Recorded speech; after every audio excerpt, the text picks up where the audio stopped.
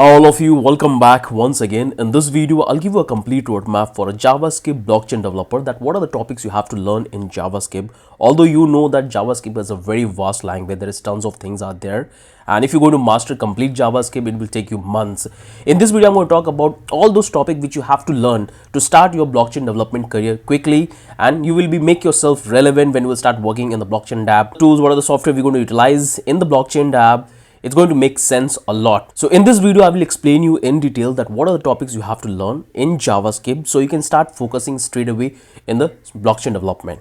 So this particular roadmap you're going to complete in the next 2 months if you're an absolute beginner and you have no knowledge about JavaScript. So that's the time frame we have to keep in mind.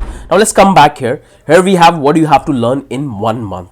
In this, we're going to build our foundation about the topic, about the concept which we have in the JavaScript, all those relevant modules which we have to focus extensively for building our foundation, because for learning any technology, your foundation is very important. So we're going to focus very much in the foundation in the very first month. After that, we're going to start focusing and connecting with the JavaScript and other technology which we have in the blockchain. So that's what we're going to do in the very first month. So those who are interested in JavaScript blockchain development, then you can simply follow this entire roadmap. That's why I have given this JavaScript roadmap for blockchain developer. Now we have to come back to the topics which we have to learn. So if I come back here, so the very first thing you have to learn in the very first week is the JavaScript fundamentals. There are a couple of things which you have to know, that how you can declare variables, like what type of variable types we have. We have var, let, cons. You have to know that how it's going to include in the program. So what you have to focus on variable. Then you have to focus on data type. We have multiple data types in JavaScript like number, boolean, string. So you have to know about it, that what type of data types we have when we're going to utilize in our function, because we take and build conditions, and based on that we design our data type, we design our structure of the program, we design our front end side where we can simply feed the data in the component. So you have to focus on data type. After that, you have to focus on if else statement. Obviously, you're going to build some sort of condition in the program to check certain requirement, whether it's a number or it's a string or it's a boolean. That's the checks you're going to do. How are you going to do? You're going to utilize this if else statement. After that, you have to learn about the loops. Loops are very important fundamentals when you want to render a large number of components in the set of the in the document, or you want to do any kind of verification in the error. You have to match and filter out. So loops plays a very important role in that. So you have to focus on these four. If I give you a basic example, so here I have taken a basic example about variables. So here I have taken a string variable. That's why you can see it's in the code. And here we have the number variable. If you go to console log out it, you will get a number and a string. So that's how you can define variable in JavaScript, which you have to keep in mind. Okay. This is a basic example I have given, but you can make it more complex. So that's the basic way to define any variables in the JavaScript. So once you're done with that, now you have to move to the functions. Functions plays a very important role. You're going to make a call based on the click event, based on the page reload. So how are you going to trigger those function? How are you going to call those function for getting data, or maybe calling some sort of background function which you have in your backend API? So that's what you have to focus. You have to know the function declaration, that how you can declare a function, what are the methods we have to declare a function in the program, what is arrow function, what is parameter and return. You have to know about it, that how you can pass an argument into the function, and based on that you're going to return some sort of data, or you want to return an object, or you want to return nothing. You have to understand about it. So here we have a basic example of a function call. So here I have taken a simple function in which we are taking two number, and at the end we are simply adding it up and we are returning the sum value of that two number. If you're going to call this particular function, you will get 15, because A is 5 and B is 10. We are simply doing the math addition and we are giving the output as a 15. So that's how you can define a function. It's a simple logic we have built. You can take it more complex. So once you're done with the functionality, now you have to move to the next one. There you have to learn about DOM manipulation, because obviously some data you will get, and based on that you have to display the data in the front end side. Sometimes you have to display about the user authentication. Sometimes you have to hide the information, certain information based on their access level. How are you going to do those DOM manipulation? So you have to know how you have to target a particular element in the HTML tag. Right now it's very easy if you want to use any other framework like React, Angular or Next.js. You can simply build the conditions and you can simply render it. But if you want to do in a plain JavaScript, there we have multiple methods. So you can target by this particular element, get element by ID. You can give an ID to a particular element which you want to manipulate, and then you can simply change the data. That's what you can do. Here we have the event listener. Here we have the updating HTML and CSS based on the condition. So you have to know these basic things, that how you can do all of this in the basic JavaScript. Here I have a simple example which I have taken. So what I'm doing, I'm targeting a button element and I'm adding a click event on that button, and based on that I'm simply changing the text. So this particular function, when I'm going to call, is going to change the text of this particular element and set this particular value. So that's what I'm doing, and that's what you can able to do in the JavaScript dynamically. It's a very simple logic I have given, but you can take it more complex. Once you're done with that, now you have to come back to the next one.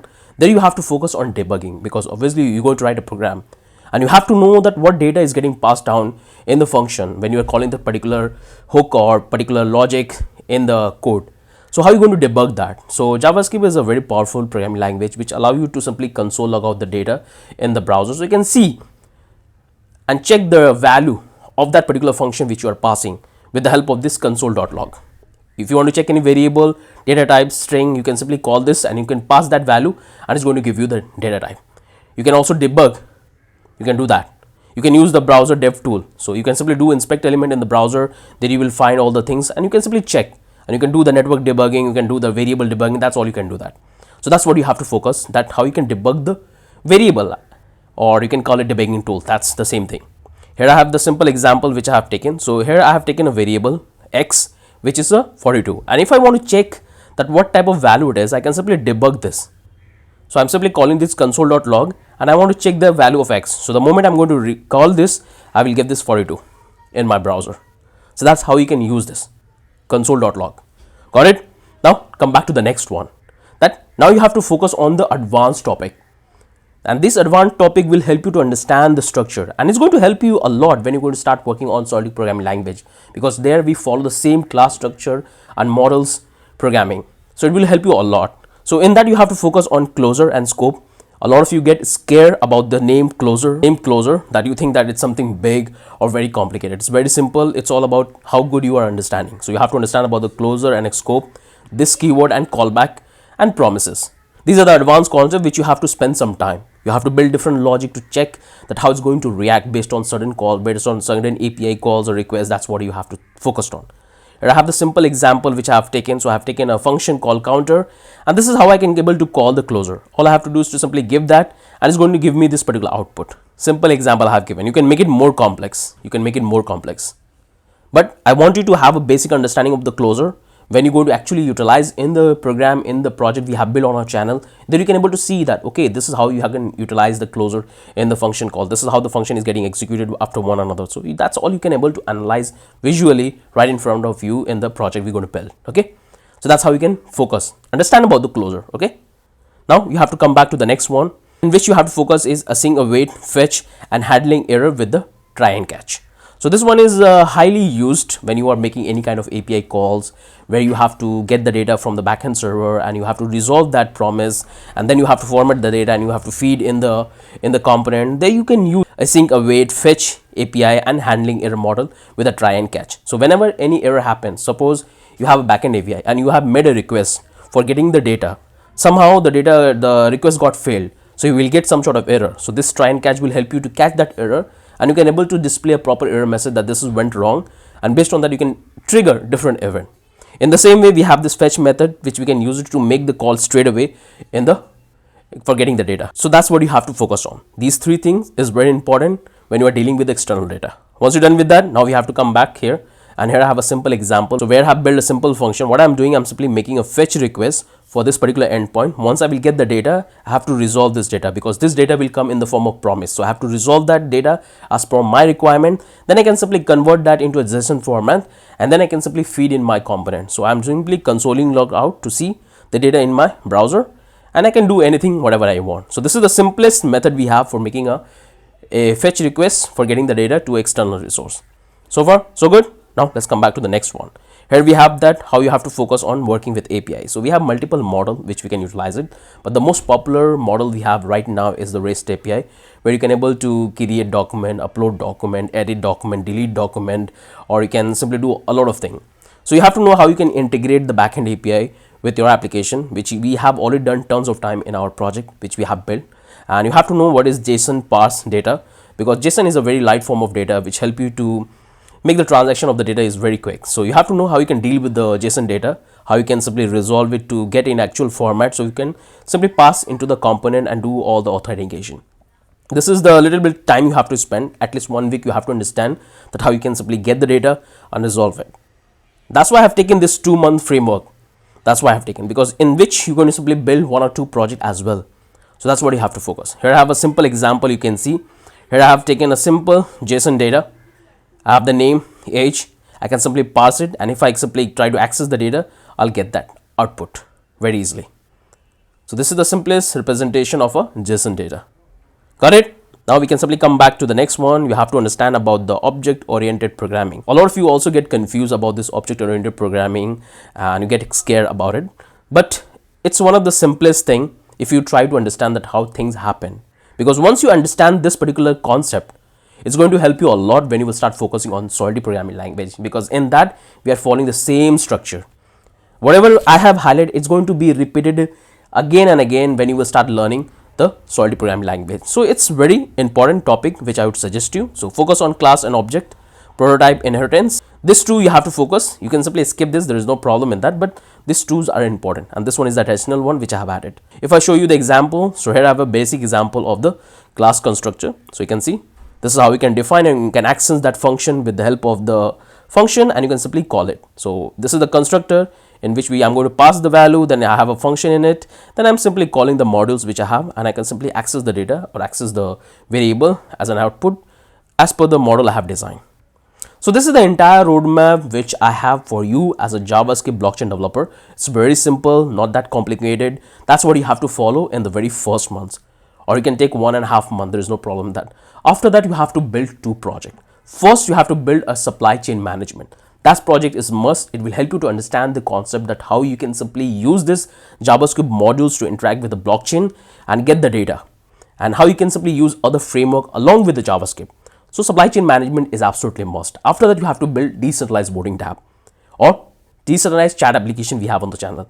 These 3 project is absolutely must if you're absolute beginner. Just follow it. We have 50 plus project on our channel which you have to follow and build at least 5 of them. Once you will build 5 project, it will automatically help you to understand this entire fundamental and how things work exactly with the JavaScript and the blockchain and the Solidity smart contract. So I hope you guys have understood that what exactly you have to do in the next 2 months, what are the things you have to follow, what topics you have to focus at your initial stage if you are absolute beginner. After that, you can scale it from there. And I have this particular bootcamp on the blockchain coder. There you will master every single technology which you have to know as a JavaScript blockchain developer. You can see here you're going to learn the advanced Web3 eco setup, that how you can set up the project, what are the installation you have to do, what are the libraries and frameworks we're going to implement. You're going to master complete Solidity programming language from start to end, that how you can build complex logic around it. Complex logic around it. Once you're done with that, you're going to build one of the biggest project in which you're going to have 5 different contracts which are going to communicate with one another, and you will have an NFT marketplace like bidding, NFT creation, commission earning, chat communication. So 5 different contracts is going to be communicate with one another, and you're going to build a complex and most advanced NFT marketplace. Then here we have some other courses like going to have HTML course, CSS course, React course, Tailwind, like Hardhat course, MetaMask, Web3, Wings, RamboKit, Pinata Cloud. Here we have the advanced security concept which you're going to learn, that how you can monitor the data based on the certain role, based on the certain data type, based on the error, how you can monitor and advance the optimization of the project. You're going to also learn about the backend API, that how you can build a global backend API. Then you're going to convert that API into a regular API which we're going to utilize in our NFT marketplace. So you're going to learn every single thing. Come here and check all the modules. What are the things going to learn? We have more than 80 hours of content which will help you to learn every single thing which you have to know as a blockchain developer. So that's the only thing I want to cover in this video. I hope you guys have understood. If you have any question, any doubt, do let me know in the comment section. I'm definitely try to help in that. Have a wonderful day. Bye bye.